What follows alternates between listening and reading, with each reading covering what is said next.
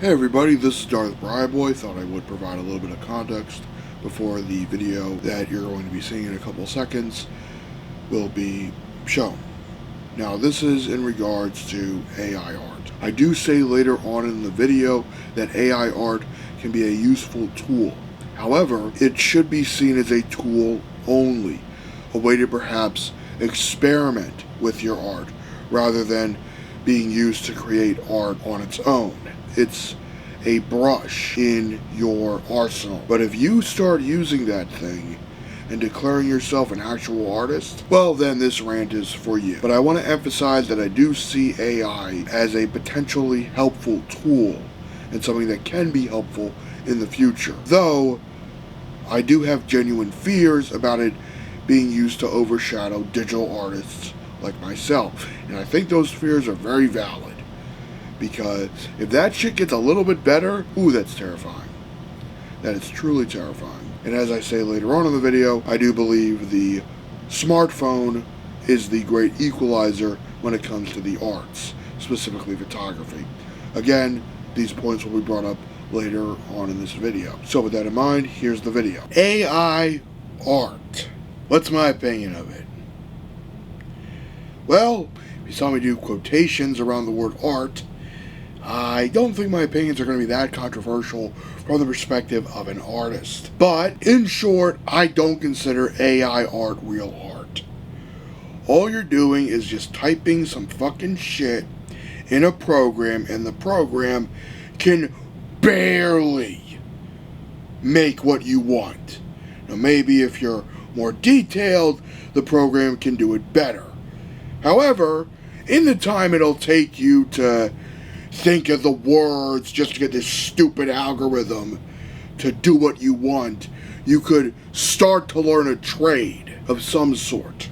Let me get this out there as someone who's a photographer and as someone who does giantess photo collages as a hobbyist, but someone who's also very passionate about both photography, giantess collages, videography, and video editing. So, allow me to debunk one argument that's been pissing me off for a long time. AI art democratizes art. No, it doesn't. I suck at traditional art. Now, perhaps if I had taken more time to learn the craft, I would have gotten better. I know for a fact, however, there are many friends of mine who are way more skilled at drawing than I will ever be.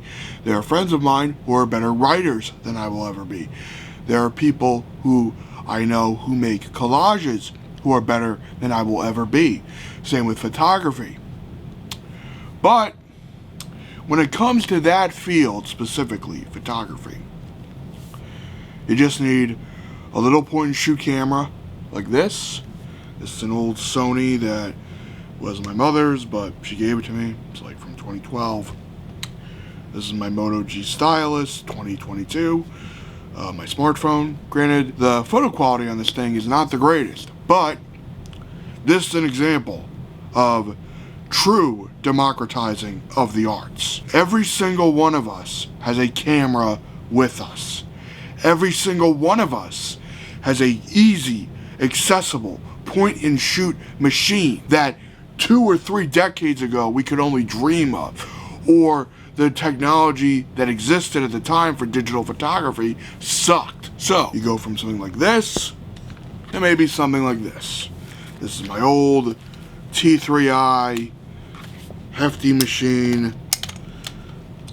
This was my video and photo camera for the longest time, and in some ways still is, but haven't used it in a while and the battery needs to be recharged. However, I had this camera for over a decade. I used this thing for over a decade. Granted, I think there might be something wrong with the contacts, but I'm not too sure. I might have to get it fixed again. But if you really want to get into photography and you're okay with getting used or older equipment, get yourself an old DSLR. It'll be a little heavy. You might have trouble getting some batteries. However, doing that, I will respect a lot more than somebody who just sits on a computer and types shit into an algorithm, and the algorithm makes it for you. My own journey as an artist is something I struggle with. I struggle with imposter syndrome all the goddamn time. I question if my skills as a photo collager are good enough, if my knowledge of perspective is good enough, if I understand depth of field well enough, despite having years of schooling and years studying and using these cameras. These are things that all people who are artists and critical thinkers will do over time. Maybe it's just because I'm on DeviantArt and I'm seeing more and more AI art. And the thing that will always get to me is I click on something and I go, wow, that's a damn good painting. But then, what I think is a damn good painting, I look just a little closer, I'll see imperfections that no fucking painter, digital or traditional, would ever let slip. The fingers. They would do an outline of the fingers. Then they would draw over it or trace over it. Granted, painting is not my field of study, so maybe my understanding of the process of painting is not as knowledgeable as the process of photography and Photoshop and photo manipulation. But a damn good painter would never allow something as obvious as fingers to get fucked up. You know what an AI artist does? What they'll do is they'll accept this obvious fuck up and then have the balls to post it on the internet. That's not art. You are not an artist. You are not somebody who spent years studying a craft, trying to get better, wondering if they're better. The desire to be better, to grasp a viewer's attention, and to feel like that viewer's attention has been earned. To be an artist, it requires skill. It requires having a backlog of work where you can go back on it and go, wow, this is shit. I can't believe I thought this was good enough. And then you look at where you are now, and you think, damn, I'm a lot better. But then, give it 5 years. Give it another decade, and you'll look back on that same work you thought as stunning. You will view it as subpar. Probably still good, but not as good as you would make it today. True art takes time. It takes patience. It takes the willingness to fuck up and make mistakes.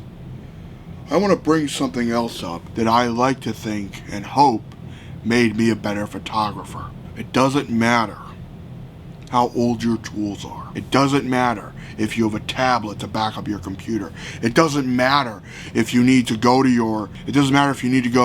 your school's computer department or digital art department and import that shit on the old computer that they have and use whatever version of Photoshop they have to perhaps make your image pop more via the saturation or the contrast tools. It doesn't matter if you have the most advanced PC setup in the world. It doesn't matter what your camera setup is.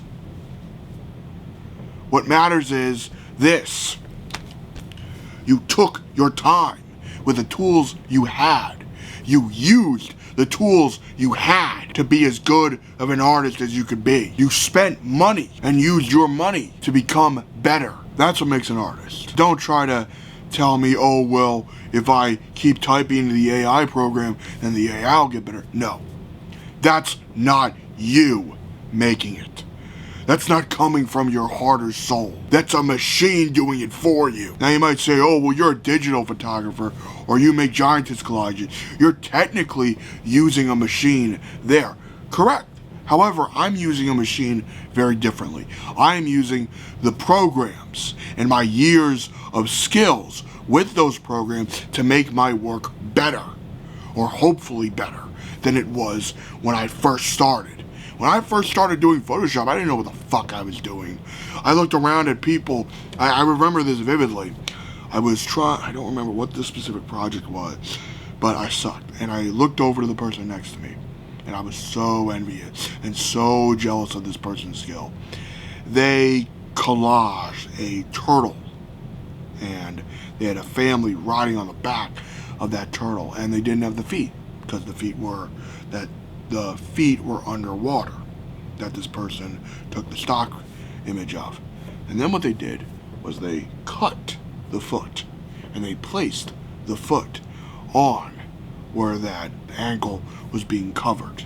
And I still remember this sense of envy and this sense of, I want to be better. I want to have that type of skill that that person had, or surpass them. And it took me a while, but I believe I did. And I try not to say that with arrogance.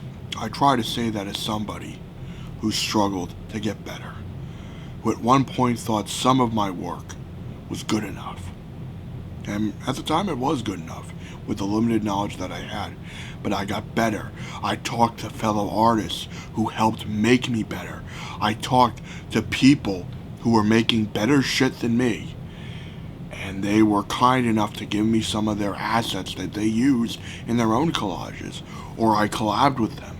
And we went back and forth about how this collage should be. What makes a good artist, in my opinion, will always be that artist who looks at their work, compares it to another person's work, and they go, I want my work to be on that level.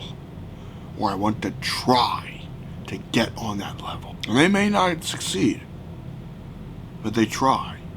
They're willing to learn. When you're using AI, I don't think you're an artist who's wanting to learn. I think you're somebody who's wanting to have a shortcut. Now back to this story I was going to tell, but I'm not sure I did. One of the things that I think made me a better photographer was this. I remember I had this traditional photo class, film photography.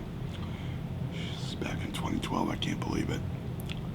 I can't believe how long ago 2012 was. Holy shit, I feel old. Anyway, and she was a wonderful teacher, this teacher I had. The most important rule I learned in traditional photography was you can fuck up.